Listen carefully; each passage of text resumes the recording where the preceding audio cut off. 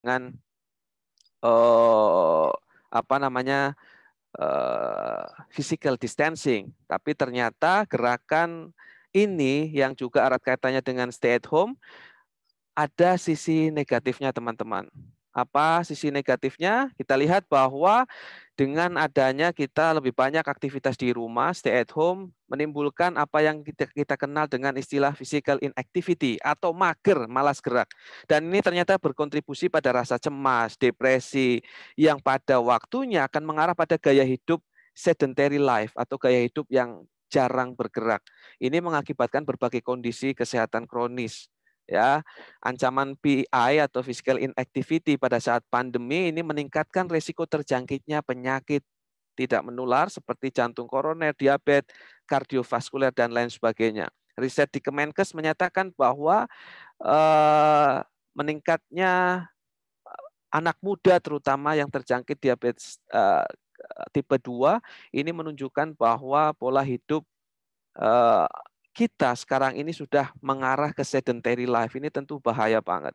Sehingga kuncinya adalah bagaimana mempertahankan kebugaran jasmani, khususnya melalui olahraga secara rutin, meskipun kita sedang menerapkan stay at home. Mas Aldino, suara saya terdengar baik ya? Terdengar sangat jelas, Pak Eskar. Oke, kita lanjutkan. Lalu apa yang harus kita lakukan? Saya menyebut ada 4 hal yang harus kita pegang.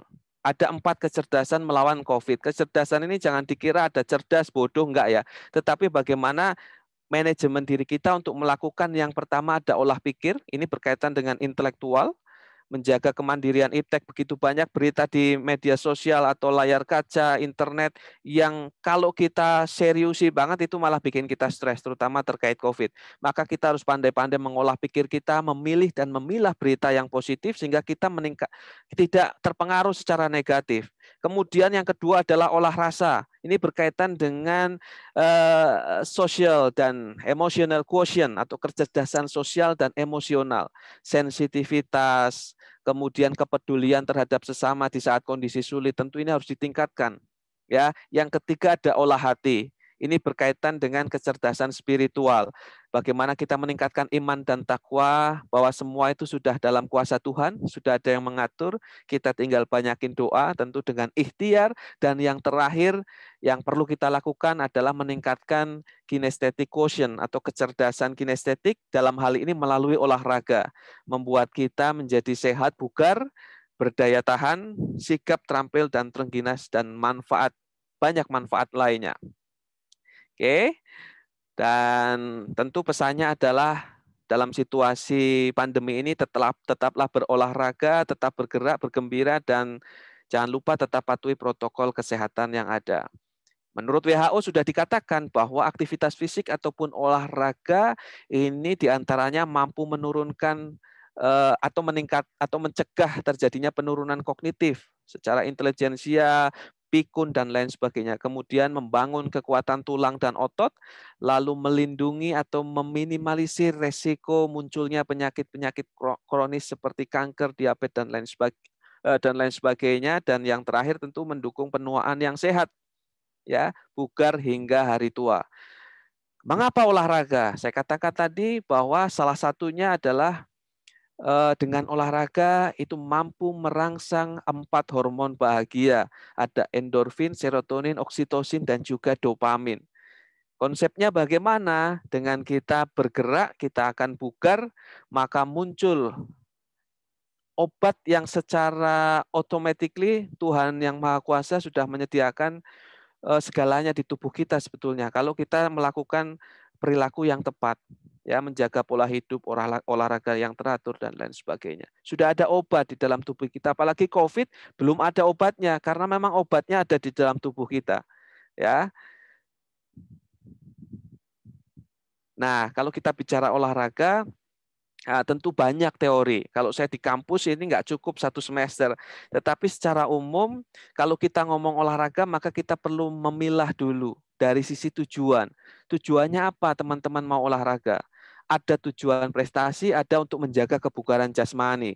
Kalau untuk prestasi, tentu kita lihat di Indonesia dan di luar negeri. Di Indonesia, aktivitas olahraga prestasi masih belum begitu aktif karena olahraga belum menjadi sebuah industri. Tetapi di luar negeri kita lihat hampir semua cabang olahraga tetap melaksanakan kompetisi, sepak bola, NBA, dan lain sebagainya. Karena memang di sana olahraga sudah muncul sebagai satu industri besar yang berimplikasi terhadap banyak hal. Bukan sekedar mengejar juara yang tentunya para atlet dipaksa dalam tanda kutip untuk berjuang secara maksimal.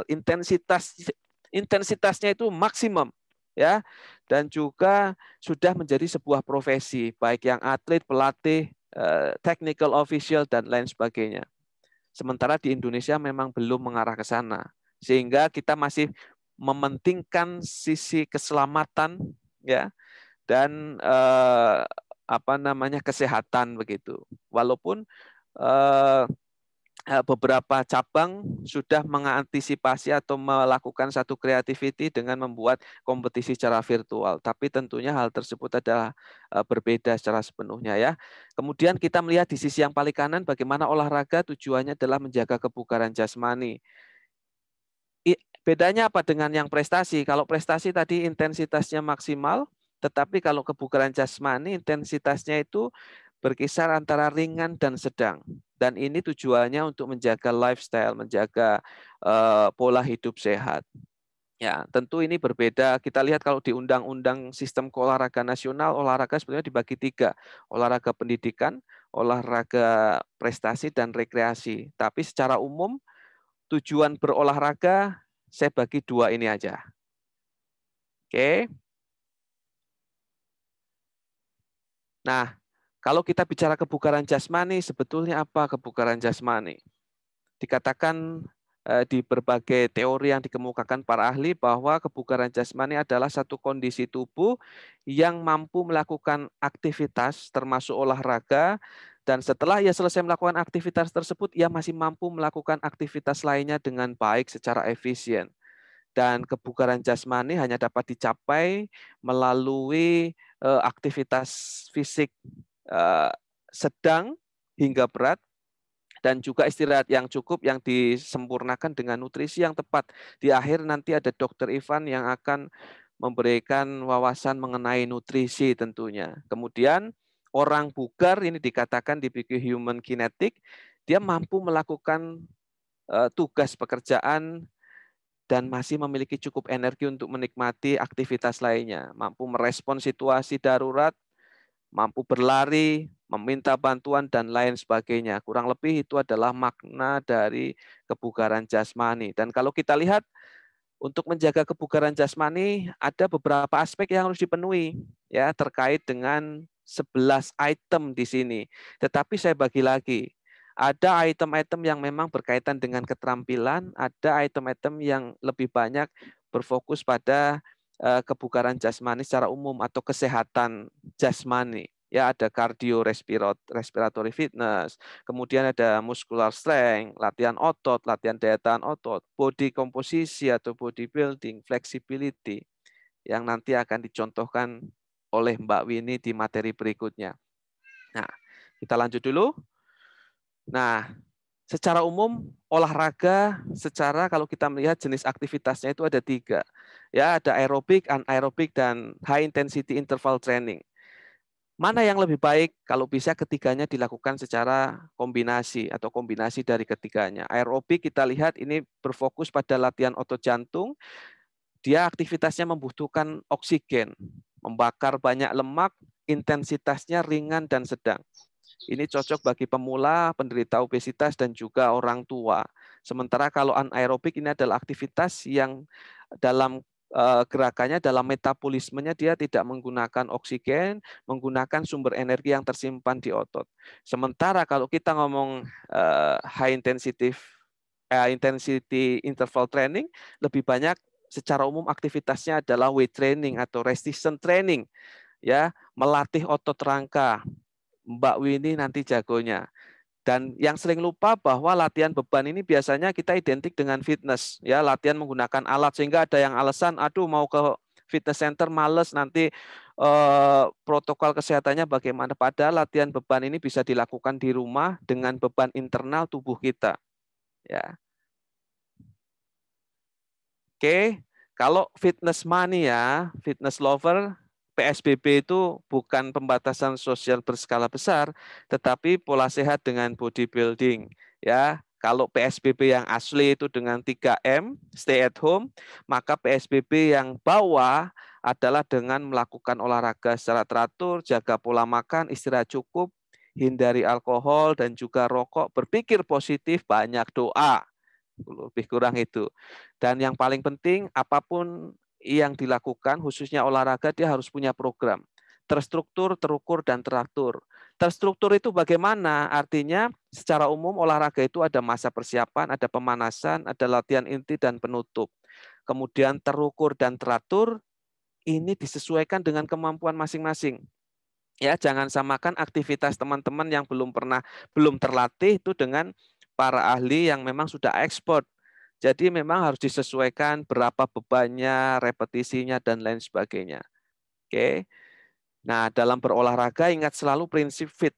Ada frekuensi, intensitas, dan time atau durasi. Kalau kita bicara latihan beban atau bodybuilding, nanti ada lagi istilah seperti repetisi, set, volume, dan beban.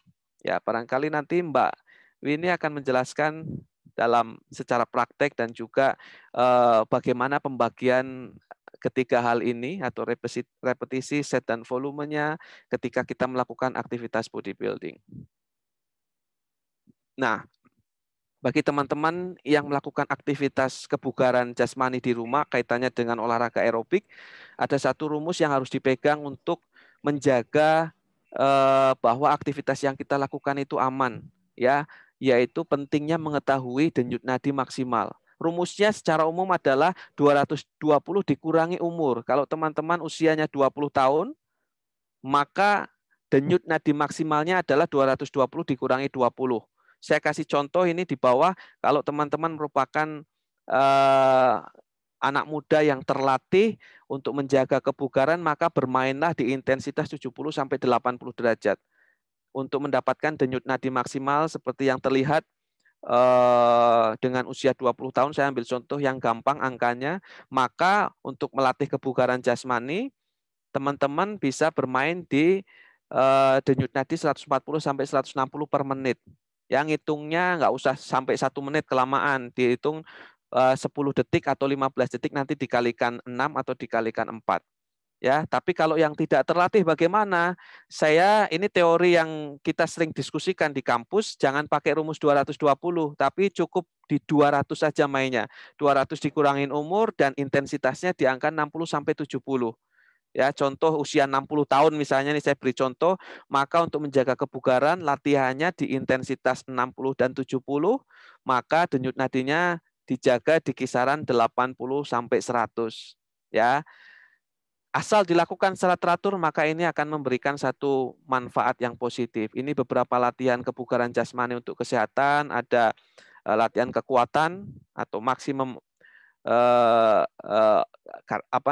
muscular exercise, ya, kemudian latihan kardio, ada latihan flexibility. Di situ terlihat di kanan bawah hari pertama dia karena baru latihan masih agak kaku, berlanjut di minggu kedua sudah mulai agak lentur sampai kemudian di hari ke-30 dia sudah bisa sampai ke bawah sampai selentur itu. Semua berproses, tidak ada yang instan ya dalam latihan olahraga. Beberapa keterampilan yang juga bisa dilakukan untuk melatih skill. Nah, di era pandemi saya tetap berpesan bahwa ketika beraktivitas olahraga pastikan teman-teman sehat, apalagi bila beraktivitas di luar. Ya, tetap jaga jarak. Yang sekarang lagi booming kan dengan bersepeda atau goes, jaga jarak, sesuaikan dengan kecepatan ketika teman-teman melakukan goes. Ya, kalau agak cepat dengan intensitas sedang, jaga jarak sampai dengan 20 meter. Kalau jogging atau lari, jaga jarak sampai dengan 2 meter. Ini sesuai dengan arahan dari Perhimpunan Dokter Spesialis Kedokteran Olahraga. Nah, ini beberapa resiko ketika olahraga dilakukan di tempat umum, ya. Ingat intensitasnya kalau untuk menjaga kebugaran bermain di ringan hingga sedang. Kalau tadi mengetes intensitas bisa dengan menghitung denyut nadi, cara yang paling gampang itu sebetulnya secara manual bisa dilihat kalau kita sedang jogging, intensitas ringan itu indikatornya kita bisa ngobrol, bisa nyanyi-nyanyi, tetapi kalau intensitas sedang kita sudah nggak bisa nyanyi, tapi masih bisa ngomong. Kalau sudah intensitas berat, jangankan nyanyi, jangankan ngomong ya. Susah, kita bahkan ngos-ngosan, ya terbata-bata atau terengah-engah. Nah, ini salah satu indikator mudahnya. Kalau nggak sempat ngitung denyut nadi. Ya, ini resiko rendah kalau sedang bersepeda di di era pandemi. Paling aman memang sepeda statis di rumah, tapi kan kadang boring. Yang aman lagi di luar rumah tetapi berada di zona hijau, ya, atau dengan anggota keluarga di lingkungan yang sepi. Risiko sedang ketika kita berada di luar rumah dengan anggota keluarga, tetapi kita lihat ya kita nggak tahu di tempat umum seperti apa, di jalan seperti apa. Ya, risiko tinggi berkelompok, ya, bersepeda dengan bukan anggota keluarga, tidak jaga jarak. Yang sering terjadi jaga jarak, semua protokol diikuti, tapi ketika sedang break mampir ke warung kelapa muda misalnya lupa, nggak pakai masker, tidak jaga jarak, dan lain sebagainya. Itu yang kadang sering kelupaan. Nah, ini beberapa protokol kesehatan, pastikan tubuh kita sehat kalau beraktivitas di luar, olahraga di luar, hindari olahraga yang membutuhkan kontak fisik, ya, dan lain sebagainya. Ya, demikian pula dengan protokol bagi pengelola. Ada batasan jumlah pengunjung, mewajibkan pengunjung menggunakan masker bila kontaknya dekat, ya, ada kontak dekat, apalagi kontak antar pelaku yang melakukan olahraga, menyediakan sarana cuci tangan, jaga jarak, dan lain sebagainya. Ya, kesimpulannya sudah 15 menit lewat. Bahwa olahraga di tengah pandemi harus disesuaikan dengan tujuan, dilakukan secara terstruktur, terukur, dan teratur agar manfaatnya maksimal. Berolahraga mampu memicu keluarnya hormon kebahagiaan yang dapat meningkatkan imunitas tubuh. Yang ketiga, bahwa berolahraga juga harus tetap dibarengi dengan pola hidup sehat lainnya, seperti makan makanan yang bergizi, bersih, ya, jumlah kalorinya juga seimbang, antara kalori in dan kalori out itu seimbang, sehingga tentu kalau kalori yang masuk lebih banyak dibandingkan kalori yang keluar, yang terjadi adalah obesitas. Ya, kalau kalori yang masuk kurang, maka tubuh kita bisa sakit. Dia akan meminta kompensasi, mengambil sumber energi yang ada dalam tubuh. Ya, tentu cedera, sakit itu akan mudah terjadi. Dan yang terakhir, istirahat yang cukup serta menjaga iman kepada Tuhan. Ya, tetap ikuti protokol kesehatan bila beraktivitas di luar rumah untuk menghindari terjangkitnya COVID-19. Saya kira terima kasih, Mas.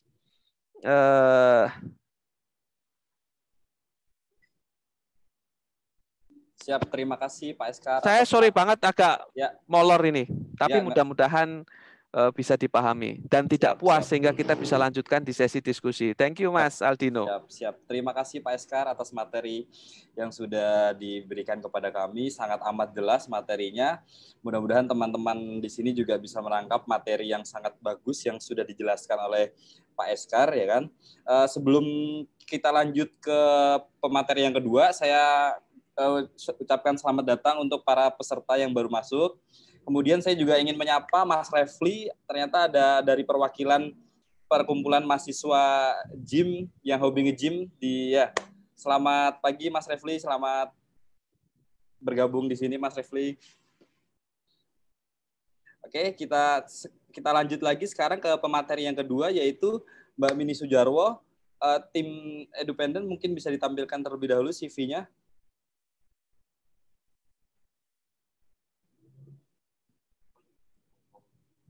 Oke, terima kasih.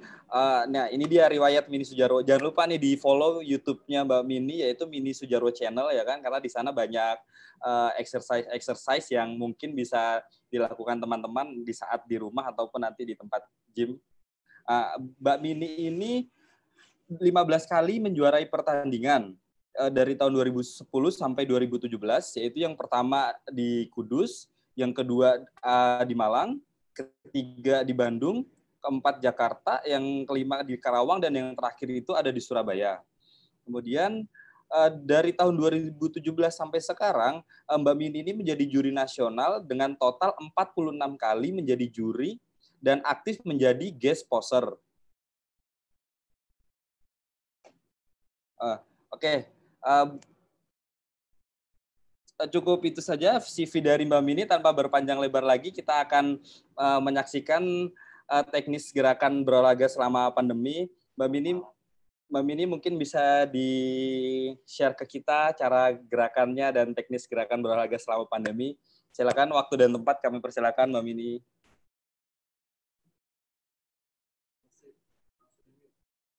Mbak Mini, mohon maaf, speakernya masih di mute, Mbak.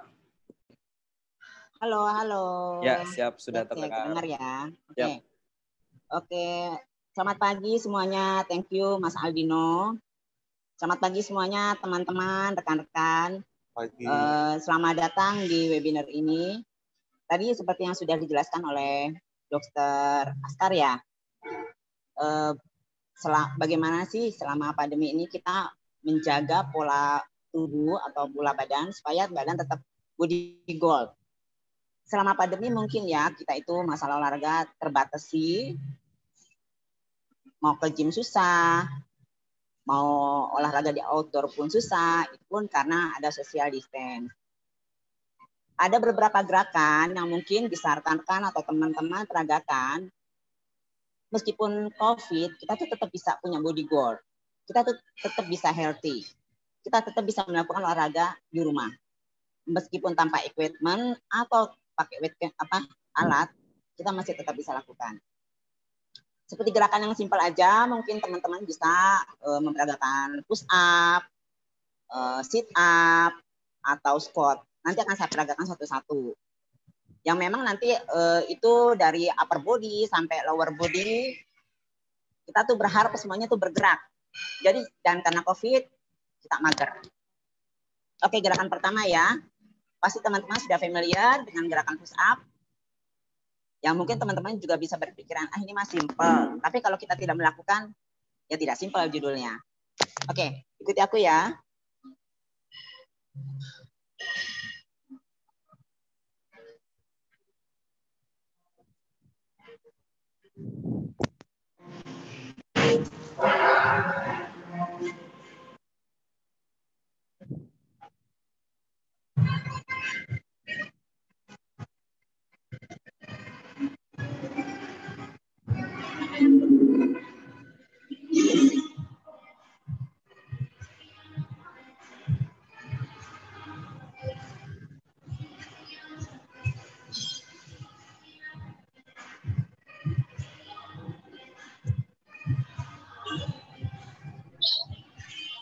Ya.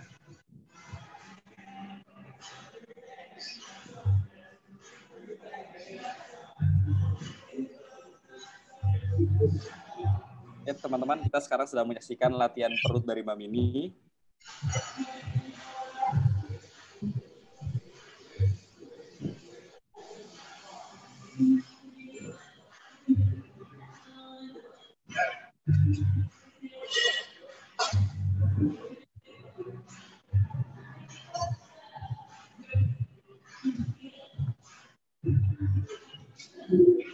Oke, sekarang latihan yang ketiga.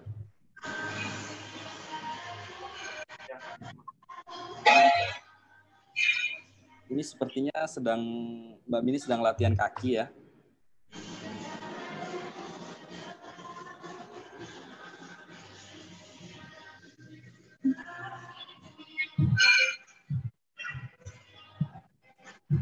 Masuk ke latihan yang keempat.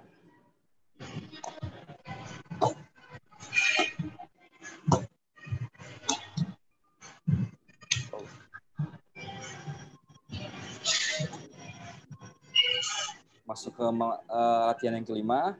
Ini juga sepertinya untuk kardio.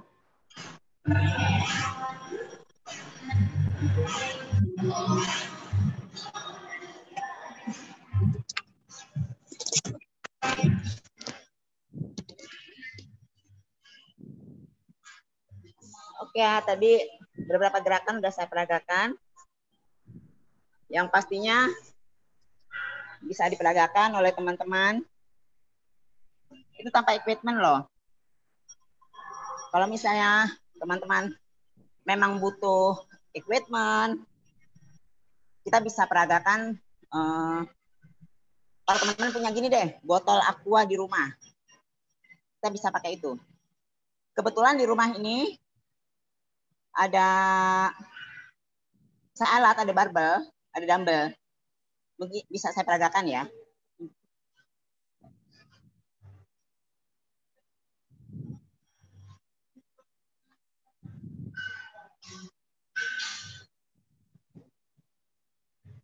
Nah, saya sambil zoom ya, sambil zoom bisa loh.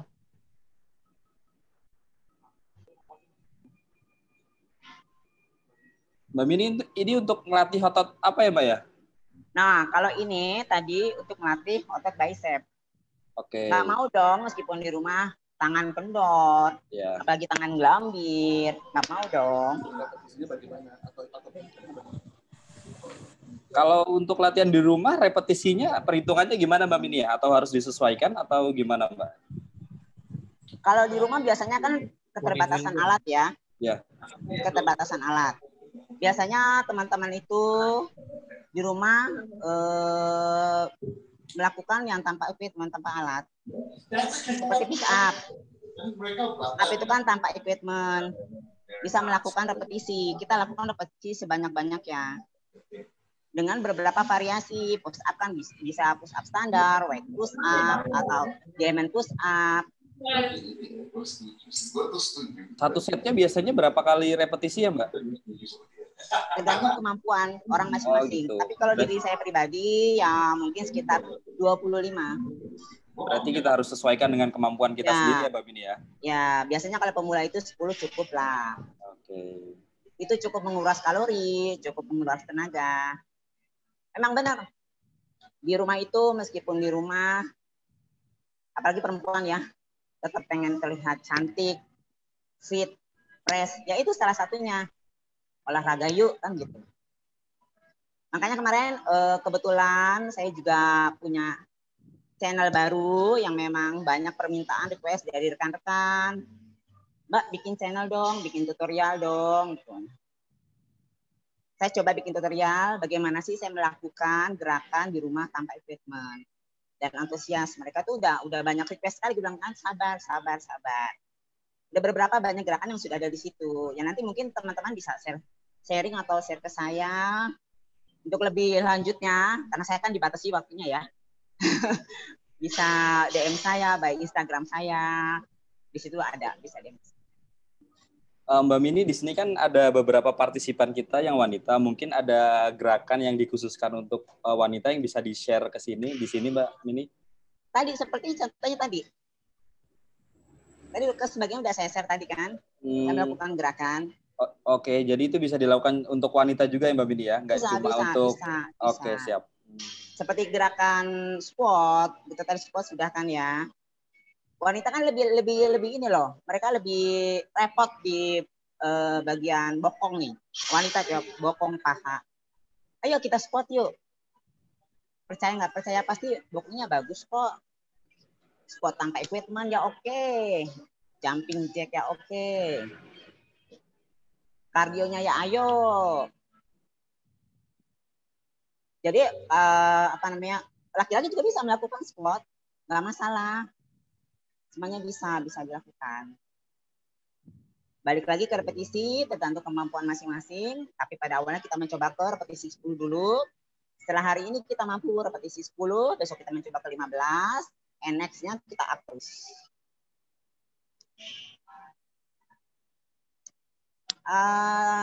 Untuk itu tadi gerakannya berapa? Kadang-kadang juga kita kan perlu kardio ya. Nah, kardio juga tadi udah dijelasin mungkin sama Pak Dokter sebagian itu. Kita bisa bersepeda, kita bisa jogging. Ya tetap kita mengikuti protokol kesehatan. Oke. Terima kasih Mbak Mini. Menyambung yang disampaikan Pak Eskar tadi, ternyata kita selama pandemi ini tidak boleh menjadikan alasan tidak berolahraga ya Mbak ya, karena kita bisa melakukan olahraga itu dengan beban kita sendiri ya, seperti contohnya tadi push up ya kan gitu ya Mbak Mini ya. Oke, siap. Mungkin Mbak Mini ada pesan-pesan untuk kita semua nih biar tetap semangat dalam olahraga pas di masa pandemi ini gitu Mbak Mini. Karena kan pasti di masa pandemi ini kita agak mager gitu kan Mbak. Sebetulnya balik ke mindset masing-masing. Saya ingin sehat, kan. Saya ingin segar, saya ingin seksi, saya ingin cewek lah gitu kan. Ingin cantik. Lakukanlah olahraga dimanapun, meskipun ini COVID, even di rumah atau di kantor, yang tidak terlalu memerlukan alat, bisa kok. Bukan pakai bangku pun bisa. Jadi kan kesehatan itu nomor 1. Oke, terima kasih Mbak Mini. Intinya tanpa alasan kita tetap harus berolahraga ya Mbak Mini ya.